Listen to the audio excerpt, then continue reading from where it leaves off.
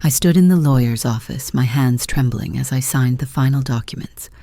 At 72 years old, I never imagined I'd be sitting here, doing this. But 20 years of silence has a way of changing a person. 20 years of wondering if your children are alive or dead. 20 years of birthdays without calls, Christmases without cards, grandchildren you've never met growing up in photographs you had to find on social media like some desperate stalker.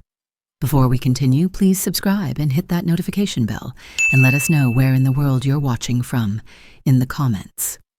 Now, back to my story. My name is Margaret Hartwell, and I raised 3 children who erased me from their lives the moment their father's casket went into the ground.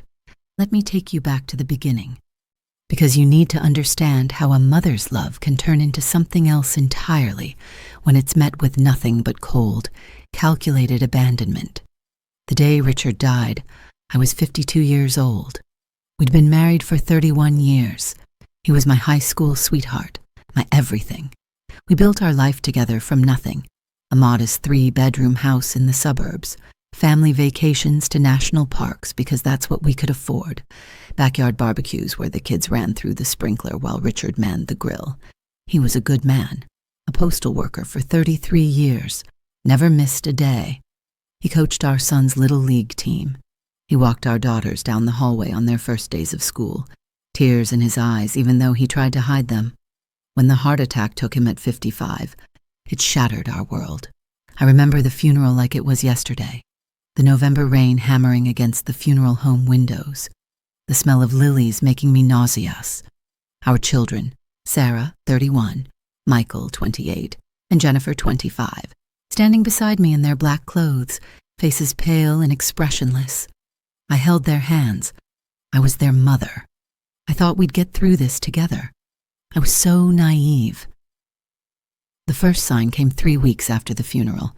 Sarah lived 45 minutes away with her husband Todd and their 2 children, Emma, 8, and Lucas, 6. Before Richard died, she'd call every Sunday. We'd have dinner together once a month. The kids would run to me, shouting, "Grandma," when I walked through the door. After the funeral, I called her. "Mom, I can't talk right now," she said, her voice clipped. "Todd and I are dealing with some things." "Is everything okay?" I asked. "Do you need anything?" "I'm fine. I'll call you back." She didn't. I called again 4 days later. It went to voicemail. I left a message, just a simple, "I love you, sweetheart. Call me when you can." Silence. Michael lived 2 hours north, working as a marketing manager. He'd always been my sensitive one, the one who wrote me poetry on Mother's Day and called just to tell me about his day. He had a girlfriend, Rebecca, who I'd met twice. She seemed nice enough, though something about her smile never quite reached her eyes. I called him the week after Thanksgiving. "Hey, Mom," he said, but his tone was distant. "Hi, honey. I was thinking maybe you could come visit this weekend. I could make your favorite pot roast." "I can't. Rebecca and I have plans already." "Oh." I tried to keep the disappointment out of my voice. "Maybe next weekend?" "I don't know. Things are really busy with work. Michael, I miss you. I miss all of you." There was a long pause. "I know, Mom. I'll try to call you soon." He didn't. Jennifer was the youngest, and she'd always been the most independent. She was living in the city, working at a tech startup, dating someone new every few months. We'd never been as close as I was with Sarah or Michael, but we talked. We had lunch sometimes. She knew I loved her. When I called her in early December, she answered on the 5th ring. "What's up?" She sounded annoyed, like I'd interrupted something important. "I just wanted to hear your voice, sweetheart. See how you're doing." "I'm fine, Mom. Listen, I'm in the middle of something. This will just take a minute. I really have to go." The line went dead. By Christmas, I understood something was wrong. I'd invited all 3 of them for Christmas Eve like we did every year. I spent 2 days cooking. Richard's mother's ham recipe, green bean casserole, my famous pecan pie. I set the table for 7, including spouses and grandchildren. I wrapped presents and put them under the tree. I even bought a new tablecloth. 5 o'clock came and went. No one showed up. 6 o'clock, 7 o'clock, 8 o'clock. At 9, I called Sarah. Voicemail. Michael. Voicemail. Jennifer. Voicemail. I sat alone at that table staring at the empty chairs, and something broke inside me. Not dramatically, not like in the movies where someone screams or throws things. It was quieter than that. Like a crack forming in ice, barely visible, but running deep. I ate a slice of ham by myself and went to bed. January became February. February became March. I stopped calling as much. What was the point? Every call went unanswered, every voicemail unreturned. I'd see Sarah's car drive past my street sometimes. I lived only 3 miles from her house, and she wouldn't stop. She'd just keep driving like I didn't exist. I tried to understand. Grief does strange things to people. Maybe they were angry at me for something. Maybe they blamed me for their father's death somehow, even though that made no sense. Maybe they just needed space. I told myself it was temporary. It wasn't. On my 53rd birthday, 6 months after Richard died, not one of my children called. I sat by the phone all day. All day. Like a pathetic old woman waiting for children who couldn't be bothered to remember the woman who gave birth to them. That night, I cried for the first time since the funeral. I cried until my throat hurt and my eyes were swollen shut. I cried until there were no tears left. Then I got angry. I wasn't going to just sit there and let them erase me. I needed to understand why. I drove to Sarah's house on a Saturday morning in June. I didn't call first. What was the point? She wouldn't have answered anyway. I rang the doorbell. Through the frosted glass, I could see movement. Someone was home. The door opened. Todd stood there, his face hardening the moment he saw me. "Margaret." "Is Sarah home?" I asked, trying to keep my voice steady. "I'd like to talk to her." "She doesn't want to see you." The words hit me like a slap. "What? Why? What did I do?" "You should go." He started to close the door. I put my hand against it. "Please, just tell me what's wrong. I don't understand. Sarah's made her decision. You need to respect that." "What decision?" "Todd, please, just let me talk to her. Leave, Margaret. Don't make me ask again." He shut the door in my face. I stood there on their porch, shaking. Through the window, I could see Emma and Lucas playing in the living room. My grandchildren. So close I could almost touch them, but they might as well have been on another planet. I knocked again, harder. No one answered. I tried Michael next. I showed up at his apartment on a Wednesday evening with a casserole dish full of lasagna, his favorite. Rebecca answered the door. "Oh," she said, her eyes widening. "Mrs. Hartwell." "Hi, Rebecca." "Is Michael home?" She glanced over her shoulder. He's not feeling well. I won't stay long. I just wanted to drop this off." I held out the lasagna. She didn't take it. "I don't think that's a good idea." "Rebecca, what's going on? Why won't anyone talk to me?" "I really can't." She looked genuinely uncomfortable. "This isn't my place." "Please," I said, and I hated how desperate I sounded. "I'm his mother. I just want to know what I did wrong." "Michael," Rebecca called over her shoulder. "Your mom's here." Footsteps. Then Michael appeared, and the look on his face when he saw me made my blood run cold. It was pure contempt. "What are you doing here?" he asked. I brought you lasagna, and I wanted to see you. Honey, it's been months. I don't want your lasagna. I want you to leave." "Michael, please." "You're not welcome here, Mom." The word Mom came out like poison. "What did I do?" I whispered. "Just tell me what I did." "You really don't know." He laughed, but there was no humor in it. "You really think you're innocent in all this?" "Innocent in what?" "I don't understand." "We know what you did. We know what kind of person you really are." "What are you talking about?" "Stop pretending." His voice rose, angry now. "Sarah told us everything. We're done protecting you." "Protecting me from what?" "Michael, I swear, I don't know what you're talking about." "Get out, and don't come back." He slammed the door so hard the lasagna dish fell from my hands and shattered on the concrete. Red sauce splattered across my shoes like blood. I was shaking when I got back to my car. My mind raced. Sarah told us everything. What did that mean? What had Sarah told them? I needed answers. I tried calling Jennifer that night. For once she answered. What? She snapped. Jennifer, what did Sarah tell you about me? Silence. Jennifer, please. Your brother just told me you all know something that Sarah told us the truth. That's all you need to know. What truth? Jennifer, I'm your mother. You stopped being my mother a long time ago. That's not fair. Fair? She laughed bitterly. You want to talk about fair? After everything you did to Dad? After how you treated him? My stomach dropped. What? Don't play dumb. Sarah saw you. She told us what really happened. Saw me what? Jennifer, I don't... Goodbye, Mom. The line went dead. I spent the next 3 days barely sleeping, my mind running in circles. What had Sarah seen? What had she told them? I thought back through the last months of Richard's life. We'd been happy. We'd been planning our retirement. We'd talked about taking a trip to Ireland for our 32nd anniversary. We'd been happy. Then it hit me. Dr. Morrison. Richard had been seeing a cardiologist in the months before he died. Dr. James Morrison, a kind man in his early 60s who'd been monitoring Richard's high blood pressure and cholesterol. I'd gone to several appointments with Richard. Dr. Morrison was professional, thorough. He'd explain everything in terms we could understand, and he never made us feel rushed or stupid for asking questions. One afternoon in September, 2 months before Richard died, I'd gone to pick up Richard's prescription refill at Dr. Morrison's office. Richard was at work, and the pharmacy was out of stock.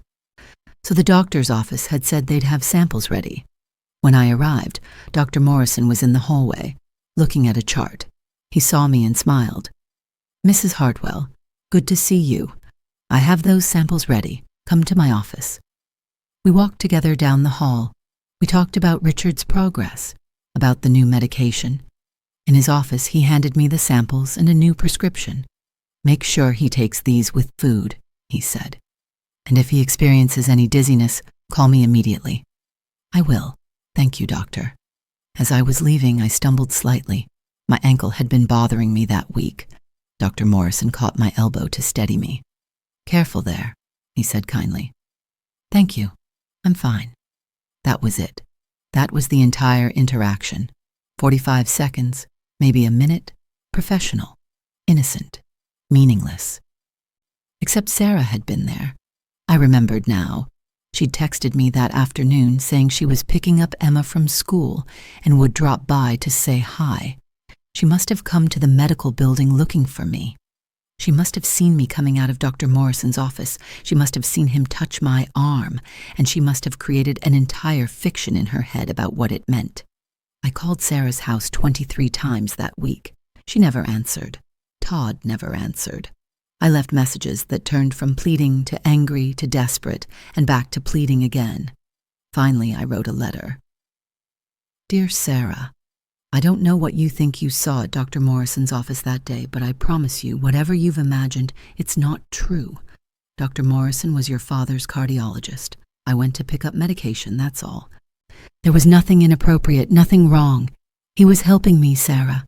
That's what doctors do. If you told your siblings something else, if you told them there was something between me and Dr. Morrison, you've made a terrible mistake. I loved your father with everything I had.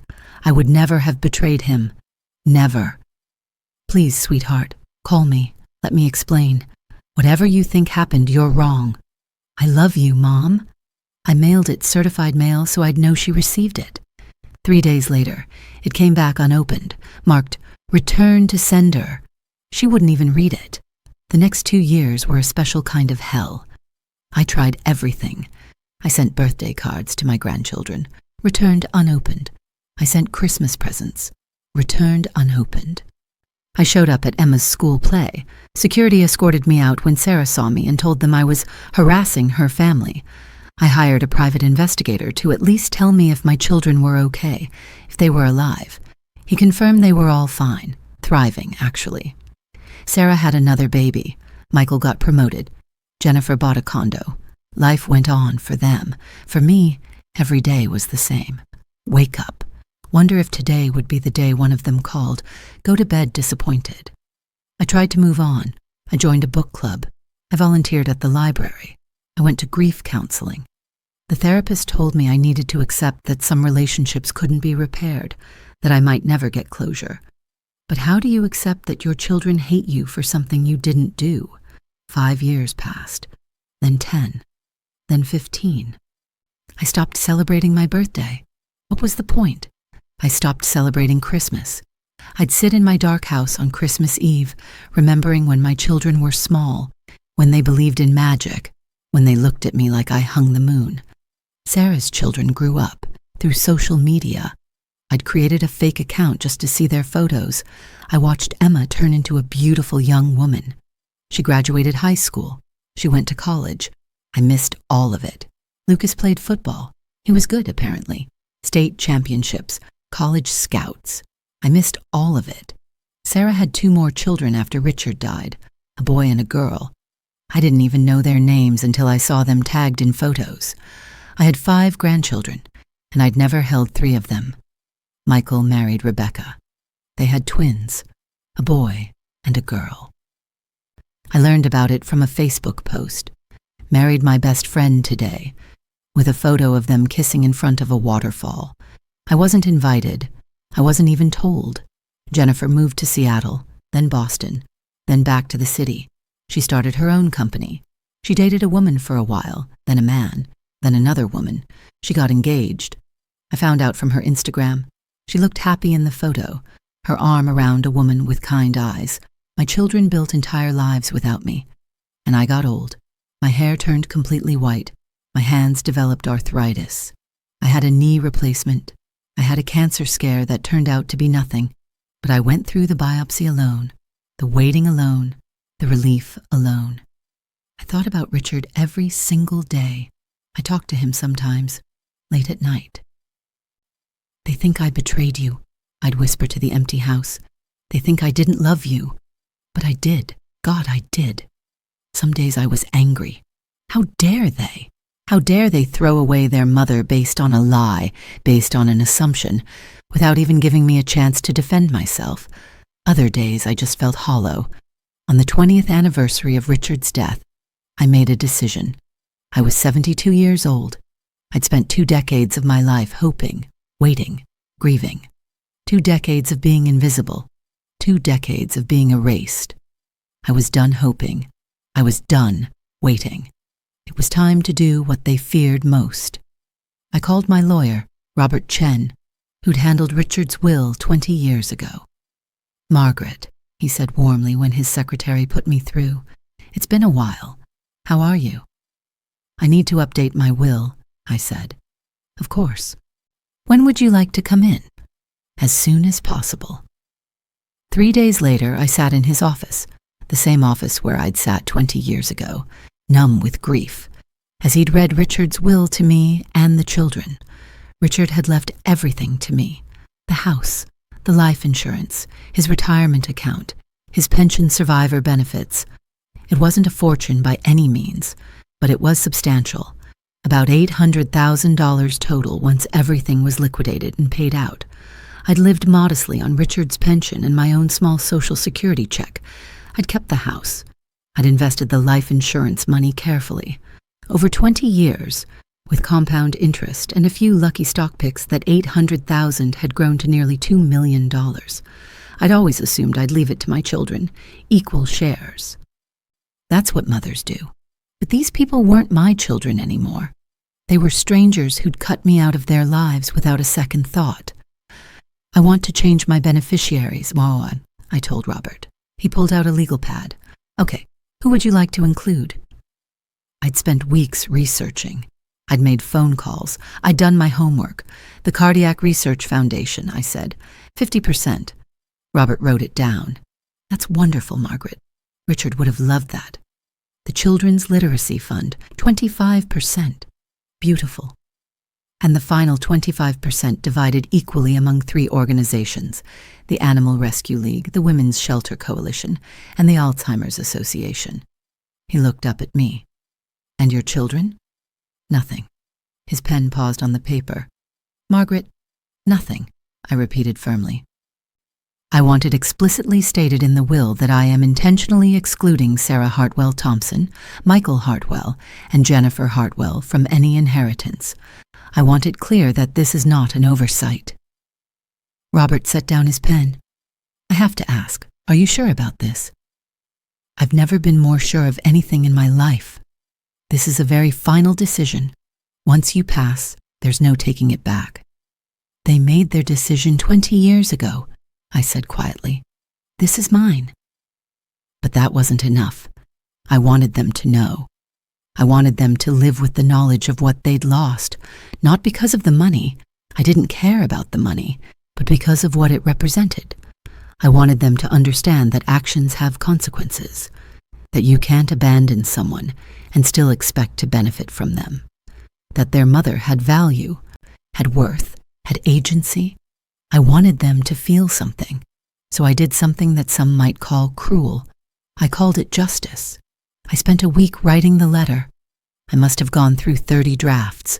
I wanted it to be perfect. I wanted every word to count. Finally, I had it. I printed 3 copies on heavy cream cardstock. I put each one in a separate envelope, expensive ones, the kind you use for wedding invitations. I wrote each of their names in my best handwriting, and then I mailed them. This time, they wouldn't be able to return them unopened. This time, curiosity would get the better of them. "My dear child, 20 years ago, your father died, and you abandoned me. I've spent 2 decades trying to understand why. 2 decades of silence, 2 decades of wondering what I did to deserve being erased from your life. I know what you think. Sarah saw me leaving Dr. Morrison's office and decided I was having an affair. She told you her version of events, and you all believed her without question, without even asking me, without giving me a chance to defend myself. Here's what actually happened that day. I picked up your father's heart medication. Dr. Morrison handed me the samples and caught my elbow when I stumbled. That's all. 45 seconds of a completely innocent professional interaction. But you didn't care about the truth. You wanted to believe I was a villain because it was easier than dealing with your grief. You wanted someone to blame for your father's death, and I was convenient. So you left me, all of you. You deleted my number. You returned my letters. You kept my grandchildren from me. You built your lives and your families and your careers, and you did it all without me. I hope it was worth it. I'm 72 years old now. I've lived 20 years in a kind of prison you created for me. 20 years of birthdays alone. 20 years of holidays alone. 20 years of milestones I should have celebrated with you. Graduations, weddings, births that I learned about through social media like a stranger. I had cancer scare 3 years ago. Did you know that? Of course you didn't. I went through the testing alone. I waited for the results alone. When they told me it was benign, I cried alone in the parking lot, grateful to be alive but devastated that I had no one to share the relief with. Your father would be ashamed of you. He raised you to be better than this. He raised you to be kind, to be fair, to give people the benefit of the doubt. He raised you to honor your mother and father. You've done neither. I'm writing to tell you that I've updated my will. When I die, and at 72, that day isn't as far off as it used to be, you will receive nothing from me, not 1 cent. My estate, which is worth nearly $2 million thanks to your father's life insurance and my careful investing, will go to charity. The Cardiac Research Foundation will get the bulk of it, in your father's memory. The rest will go to organizations that actually help people, that actually make a difference. You might think this is about the money. It's not. It's about the principle. It's about teaching you something you should have learned as children. You cannot treat people as disposable and still expect to benefit from them. I want you to know that I waited. I waited 20 years for one of you to reach out, to apologize, to at least ask for my side of the story. None of you did. I want you to know that I loved you. I loved you with everything I had. I gave you the best years of my life. I sacrificed for you. I supported you. I believed in you, and you threw me away like garbage. I want you to know that when I die, You'll have to live with that. You'll have to live with the knowledge that you abandoned your mother in her grief, that you stole 20 years from her, that you kept her grandchildren from her based on a lie you never bothered to verify. I want you to know that you'll get a phone call someday telling you I'm gone, and you won't be able to take back the years you stole. You won't be able to apologize to me. You won't be able to make it right. And I want you to know that I've made peace with that. I've stopped waiting for you. I've stopped hoping. I've stopped letting your abandonment define my life. This letter is my goodbye, not the goodbye I wanted to give you. I wanted to be surrounded by my children and grandchildren, telling stories and holding hands. But it's the goodbye you've earned. When you get the call that I've passed, I don't want you at my funeral. I've left explicit instructions with my lawyer in the funeral home. You are not welcome. If you show up, you will be escorted out. I will be buried next to your father, and my headstone will read, "Beloved wife and mother, remembered by those who valued her." You won't be mentioned. This is my final gift to you, the truth. Not the truth you created in your heads, but the real truth. Your mother was faithful. Your mother was good. Your mother loved you, and you destroyed her anyway. I hope it haunts you. Goodbye, Margaret Hartwell. I mailed the letters on a Monday morning in October. I knew they'd arrive by Wednesday. I waited. Sarah called first. 20 years of silence, and my phone rang at 9:47 p.m. on a Wednesday night. I stared at her name on the screen. My hand shook. I almost didn't answer, almost let it go to voicemail like she'd done to me hundreds of times. But I answered. "Hello? What the hell is this?" Her voice was shrill, panicked.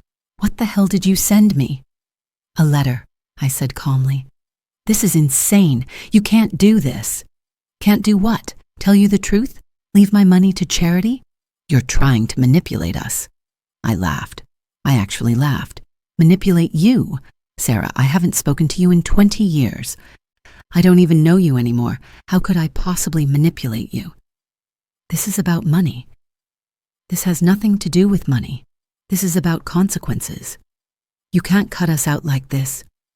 You cut me out first, or have you forgotten?" Silence. "I saw you," she finally said, her voice breaking. "I saw you with him, with Dr. Morrison. The way he looked at you, the way he touched you. He caught my elbow when I stumbled," I said. "That's what you saw, a doctor being polite to a patient's wife. You were smiling at him. So that's my crime? I smiled at someone? Sarah, do you hear yourself? Dad was dying and you were.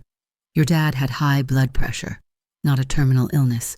We didn't know he was going to have a heart attack. We thought he had decades left." My voice cracked. "I thought we had decades left. I know what I saw." "No, you know what you decided to see. There's a difference." She was crying now. I could hear it. Some part of me, some small broken part, wanted to comfort her. But I'd spent 20 years being hurt by this woman. I was done. "Mom, please," she whispered. "I have 4 kids. Do you know how expensive college is? Do you know how much we're struggling?" And there it was, the real reason for the call. "You have 4 children," I said slowly, "and I've never met 3 of them. I don't know their names, Sarah. I don't know what they look like except from stolen glances at your Facebook page. You kept them from me. You can still meet them. It's not too late." "Yes, it is." My voice was steel. "It's been too late for a very long time. If you change the will back, I'll let you see them. I'll bring them over this weekend. Are you trying to trade access to my grandchildren for inheritance money?" The disgust in my voice was palpable. "Are you really that mercenary?" "I didn't mean it like that." "Yes, you did. And the fact that you'd use your children as bargaining chips tells me everything I need to know about who you've become." "Mom, please. Goodbye, Sarah." I hung up. My hands were shaking so badly I had to set the phone down, but I felt something I hadn't felt in 20 years. Power. Michael called the next morning. "Is this real?" he asked without preamble. "The will thing, is it real?" "Yes." "Mom, that's not fair." "Fair?" The word exploded out of me. "You want to talk to me about fair? You wouldn't even let me explain myself, Michael. Your sister told you a lie and you believed her without question. Without even calling me, without even giving me a chance. She seemed so sure. And I'm your mother. Doesn't that count for anything? Silence. I missed your wedding, I said quietly. I missed the birth of your children. I missed everything, Michael. Everything. And you never once stopped to think that maybe, just maybe, Sarah was wrong. I didn't know what to believe. So, you believed her? You chose her version of events over mine, without even hearing mine. What was I supposed to do? You were supposed to be my son. I was crying now, angry tears streaming down my face. You were supposed to love me enough to at least ask. I'm sorry, he whispered. No, you're not. You're sorry that I'm not leaving you money. That's what you're sorry about. That's not true. Then prove it. Come see me. Bring your wife and your children. Sit down with me and actually listen to what happened that day. Don't bring up the will. Don't ask me to change it. Just come because you want to see your mother. He hesitated too long. That's what I thought, I said. I want to, but what? But it's inconvenient? But you'd have to explain to Rebecca why you're suddenly talking to me again? But you'd have to admit you were wrong. It's complicated. Life is complicated, Michael. Love is simple. You either love someone or you don't. You either show up for them or you don't. I hung up before he could respond. Jennifer didn't call. She sent a text. This is bullshit, and you know it. I texted back. Goodbye, Jennifer. You're really going to do this? Throw away your whole family over money? I'm not throwing away my family. You did that 20 years ago. We all agreed you cheated on Dad. Sarah wouldn't lie about that. Sarah was mistaken.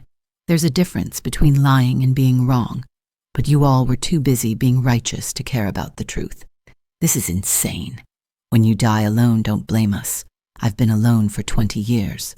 I'm used to it. She didn't respond after that. 3 weeks later, there was a knock on my door. I opened it to find a young woman standing there. She was in her early 20s with Sarah's eyes and Richard's smile. Grandma, she said tentatively.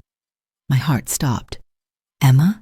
She nodded, tears already streaming down her face. Can I come in? I stepped aside, too shocked to speak. Emma came into my living room and looked around. This house, she whispered. I remember this house. I was little, but I remember. There used to be a tire swing in the backyard. Your grandfather put that up for you, I managed to say. She turned to look at me. Why did you stop coming around? I didn't stop. Your mother stopped letting me. That's not what she told me. I know. What did she tell you?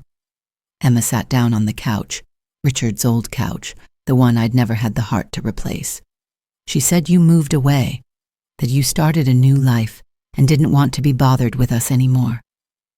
The pain of that lie hit me like a physical blow. I sat down hard in Richard's old recliner. Emma, I have never moved. I've lived in this house for 43 years. I've been here the entire time, 3 miles from your mother's house, waiting for any one of you to come back. Her face crumpled. She lied? Yes. Why would she lie? So I told her. I told her everything. Dr. Morrison, the medication, the stumble, the innocent touch on the arm, Sarah's interpretation, the 20 years of silence. Emma listened, her face growing paler. That's it? She finally said. That's why she kept us from you? Because she assumed... Yes. Oh my God. Emma covered her face with her hands. Oh my God, Grandma. I'm so sorry. I'm so sorry. It's not your fault, sweetheart. But I could have looked you up. I could have come before now. I believed her. I believed what she told me. You were a child.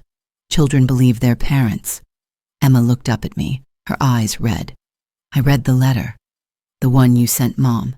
She left it on the kitchen counter, and I read it. She was freaking out about the will, about the money. And I didn't understand why she cared so much until I read what you wrote. Your mother is in financial trouble? Todd lost his job 2 years ago. They're drowning in debt.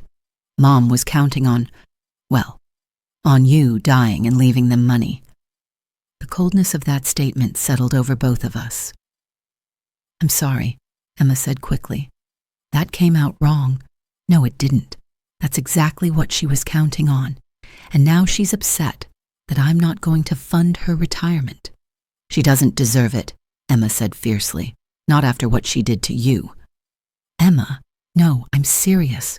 What she did was unforgivable. She kept us from you. She lied to us about you. She made us think you didn't care about us when the truth is she's the one who didn't care. Emma's voice broke. I had a grandmother this whole time. A grandmother who loved me. And she took that away from both of us. I reached out and took her hand. It was the first time I'd touched any of my grandchildren in 20 years. I've thought about you every single day, I told her. Every single day I've wondered how you were, what you were doing, if you were happy. I could have had you in my life, Emma whispered. All this time I could have known you. We both cried then. We cried for the lost years, for the stolen memories, for the relationship we should have had. Does your mother know you're here? I asked when we'd both calmed down. No. She'd lose her mind if she knew. You don't have to keep this a secret, sweetheart. You're an adult. I know. But I need to think about some things first. Emma squeezed my hand. Can I come back? Can I visit you again? You can visit me anytime you want. You never need permission for that. What about the will? She asked hesitantly. Are you really leaving everything to charity? Yes. Good, she said firmly. They don't deserve it, any of them. Emma, I mean it.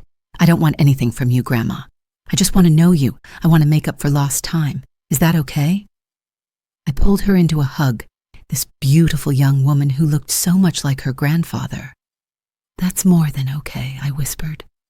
Emma's visits became regular. She came every Sunday afternoon. We'd have tea and talk.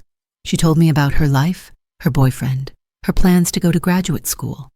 I told her stories about her grandfather, about her mother as a child, about the family history she'd never known. She brought photos. She brought her boyfriend, a sweet kid named Marcus who called me ma'am and helped me with my grocery shopping. She brought light back into my life. And Sarah lost her mind. I got a call from her in early November.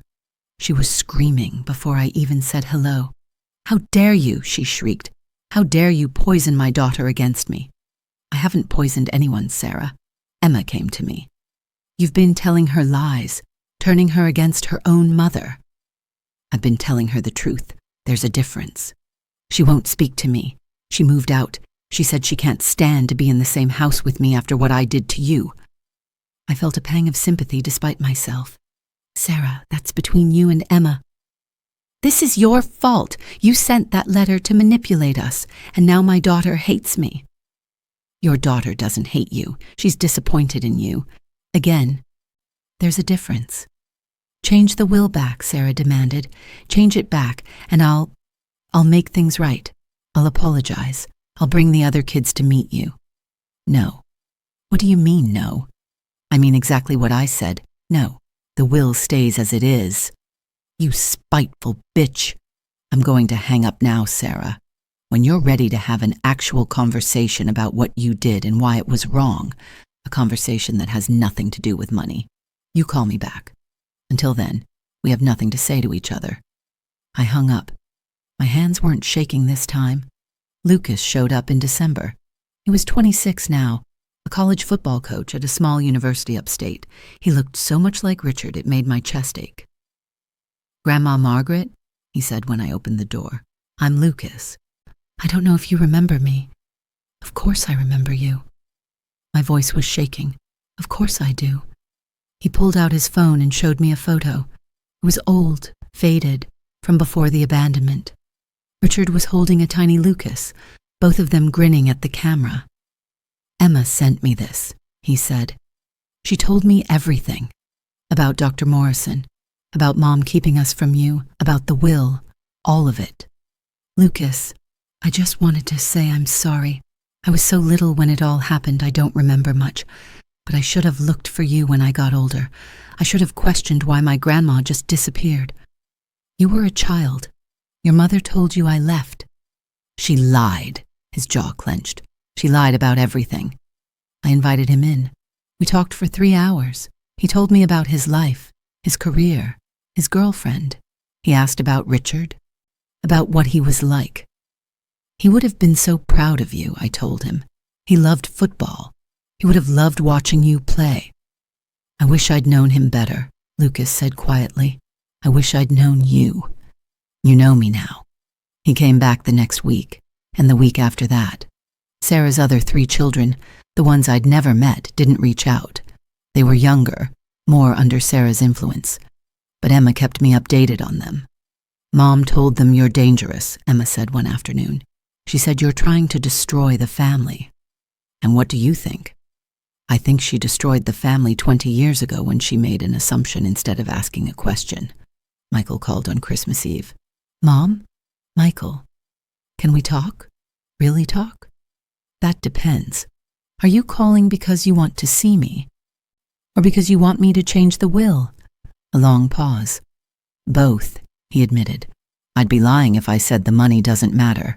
Rebecca and I just bought a house, and the mortgage is killing us. But mostly I've been thinking about what you said, about how I chose Sarah's version over yours without even asking. And you were right. I should have asked. I should have given you a chance to explain. Yes, you should have. I'm sorry, Mom. I'm really, truly sorry. I closed my eyes. Come see me. What? Come see me. Bring Rebecca and the twins. I want to meet my grandchildren. And the will is none of your concern. You don't get to rebuild a relationship with me because you want my money, Michael. You either want a relationship with your mother or you don't. Which is it? Another long pause. I want to know you again, he said quietly. I want my kids to know their grandmother. Then come on Saturday. I'll make pot roast. Michael's family came on Saturday. The twins were 17, tall, gangly teenagers who looked uncomfortable and embarrassed. I'm sorry we never met before, the girl Alexis told me. Dad didn't explain why we couldn't see you until last week. What did he tell you? That there was a family misunderstanding 20 years ago, and he was too stubborn to fix it. I looked at Michael. He had the grace to look ashamed. That's a very diplomatic way of putting it, I said. We had dinner. It was awkward at first, but slowly, gradually, we began to connect. The twins asked me about Richard, about their dad as a kid. Rebecca apologized for not pushing Michael to reach out sooner. I didn't know the whole story, she said. If I had, I would have driven him over here myself. After they left, I sat in the quiet house and felt something I hadn't felt in years. Hope. Not hope that things would go back to the way they were. I wasn't naive, but hope that maybe, just maybe, I could have some kind of family again. Jennifer was the last holdout. She didn't call. She didn't visit. According to Emma, who'd become my informant on family matters, Jennifer was furious about the whole situation. She says, you're being vindictive, Emma told me. She says you're punishing all of them for Sarah's mistake. What do you think? I think you have every right to leave your money to whoever you want, and I think Jennifer's mad because she was planning on using her share to expand her business. Of course she was. Then, in February, I got a letter, not an email, not a text, a real, physical letter written in Jennifer's distinctive handwriting. Mom, I'm not going to apologize for not believing you about Dr. Morrison. Sarah was convincing, and at the time it made sense. You were spending a lot of time at that doctor's office, and Dad was sick, and Sarah said she saw something that looked wrong, but I should have asked you about it. I should have given you a chance to explain instead of just ghosting you for 20 years. I was cowardly, and it was wrong. I'm not going to pretend I don't care about the will. I do. I had plans for that money, but I'm also starting to understand that I lost a lot more than money when we cut you out. Emma talks about you all the time now, about your Sunday teas and your stories about Grandpa. She's shown me photos of him that I've never seen before. She told me about his sense of humor, about how he used to sing off-key in the shower, about how he cried at every single Disney movie. I don't remember him very well. I was only 25 when he died, and I haven't had you to remind me, to tell me stories, to keep his memory alive. That's what I lost. Not money, memory. I don't know if you'll forgive me. I don't know if I deserve to be forgiven, but I'd like to try to know you again, if you'll let me. Your daughter, Jennifer. I read the letter 3 times. Then I picked up the phone and called her. By spring, I had 3 of my children back in my life, not Sarah. Sarah refused to admit she'd been wrong, refused to apologize for anything other than the misunderstanding. She wanted me to change the will first. Then she'd work on our relationship. I told her no. She stopped calling. But I had Michael. I had Jennifer. I had Emma and Lucas. Jennifer brought her fiancé, Hannah, to meet me. They were planning a spring wedding. Are you going to invite me? I asked carefully. Of course, Jennifer said, like it was obvious. You're my mother. Your mother, who you didn't speak to for 20 years. My mother, who I should have spoken to. Jennifer took my hand. I can't change the past, Mom, but I'd like you at my wedding.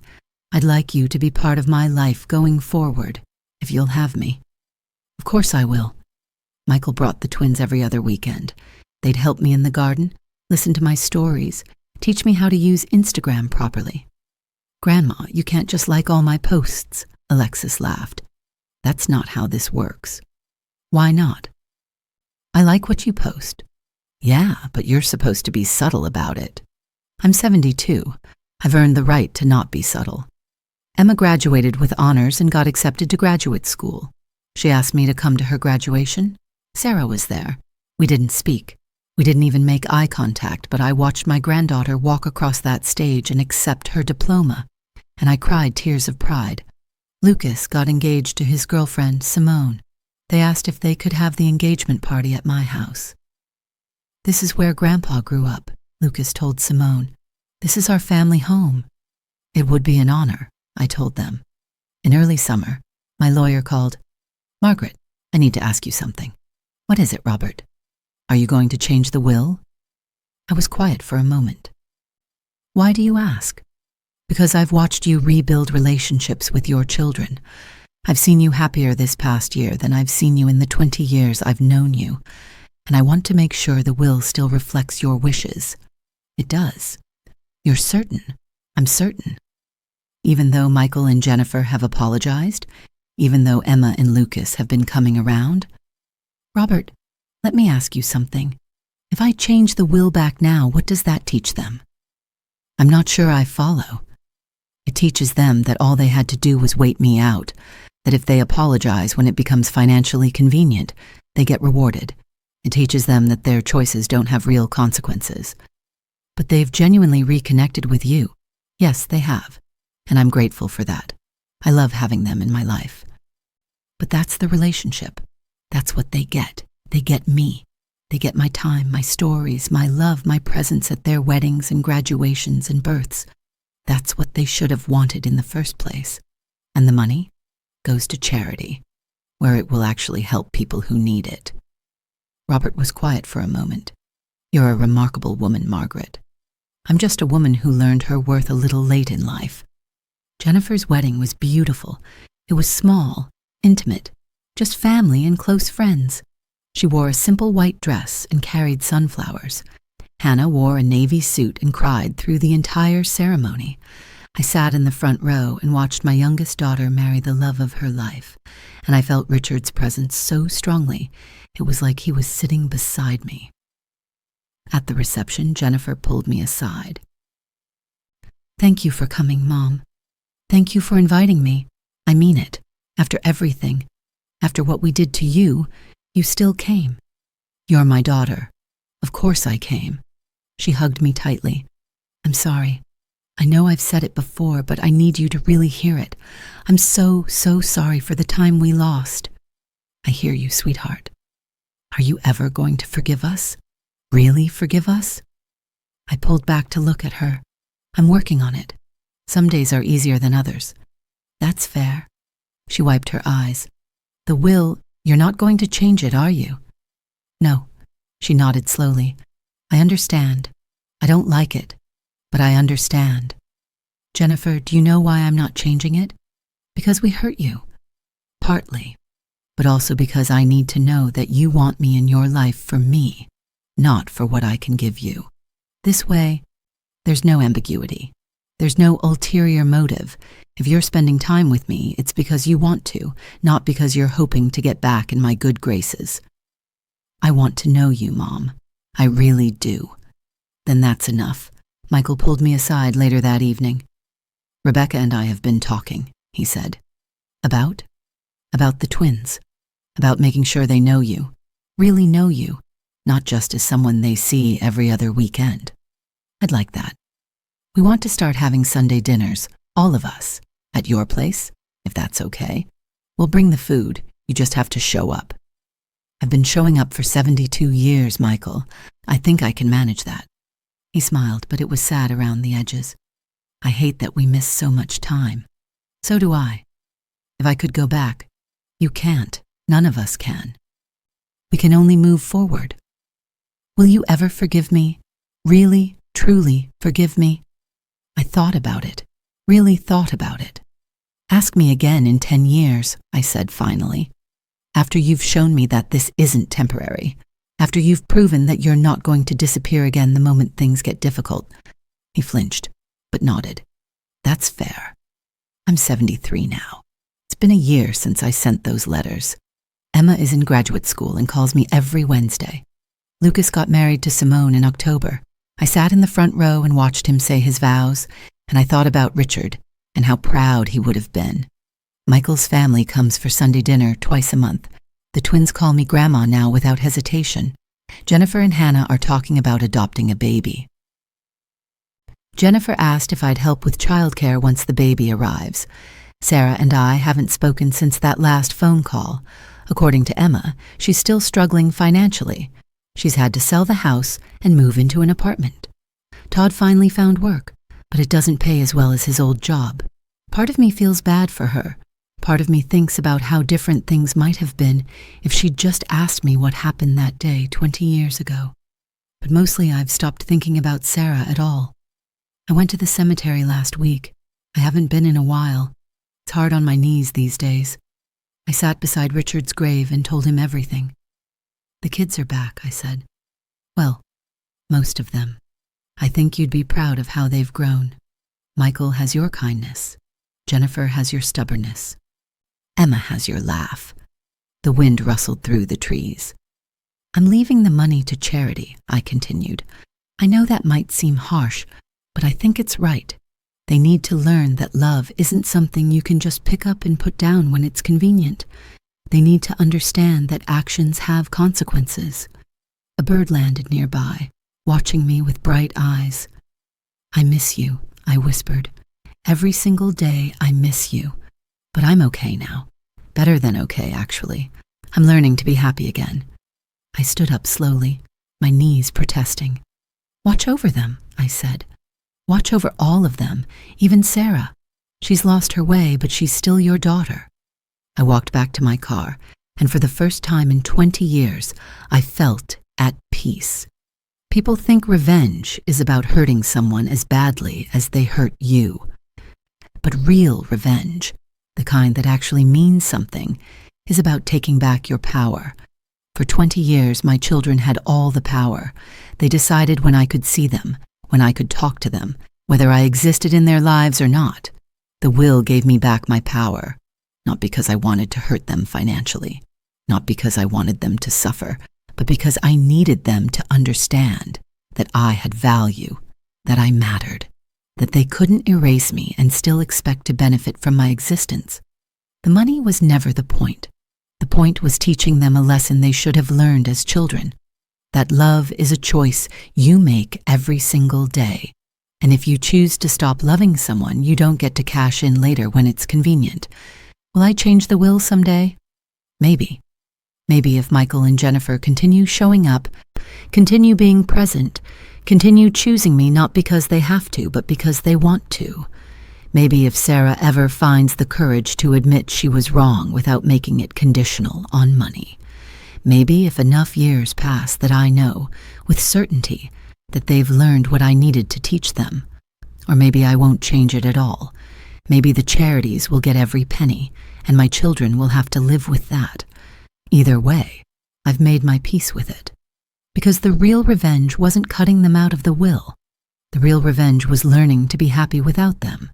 The real revenge was building a life that didn't revolve around waiting for them to come back. The real revenge was realizing that I didn't need their forgiveness. They needed mine. And that's something money can't buy. I'm 73 years old. I have 3 children who speak to me, 2 who don't. I have grandchildren who call me grandma, and great-grandchildren on the way. I have a will that leaves my estate to organizations that will use it to make the world better.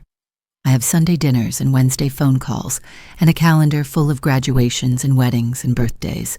I have peace. After 20 years of silence, I finally have peace. And when my time comes, when I'm lying in that hospital bed taking my last breaths, I won't be alone. Because I taught my children the most important lesson I could possibly teach them. That love is a verb, not a noun. That presence matters more than promises. That you can't abandon someone and still claim to love them. And that sometimes the cruelest thing you can do to someone who's hurt you isn't to hurt them back. Sometimes the cruelest thing you can do is to heal without them, to move on without them, to be happy without them, to live without them.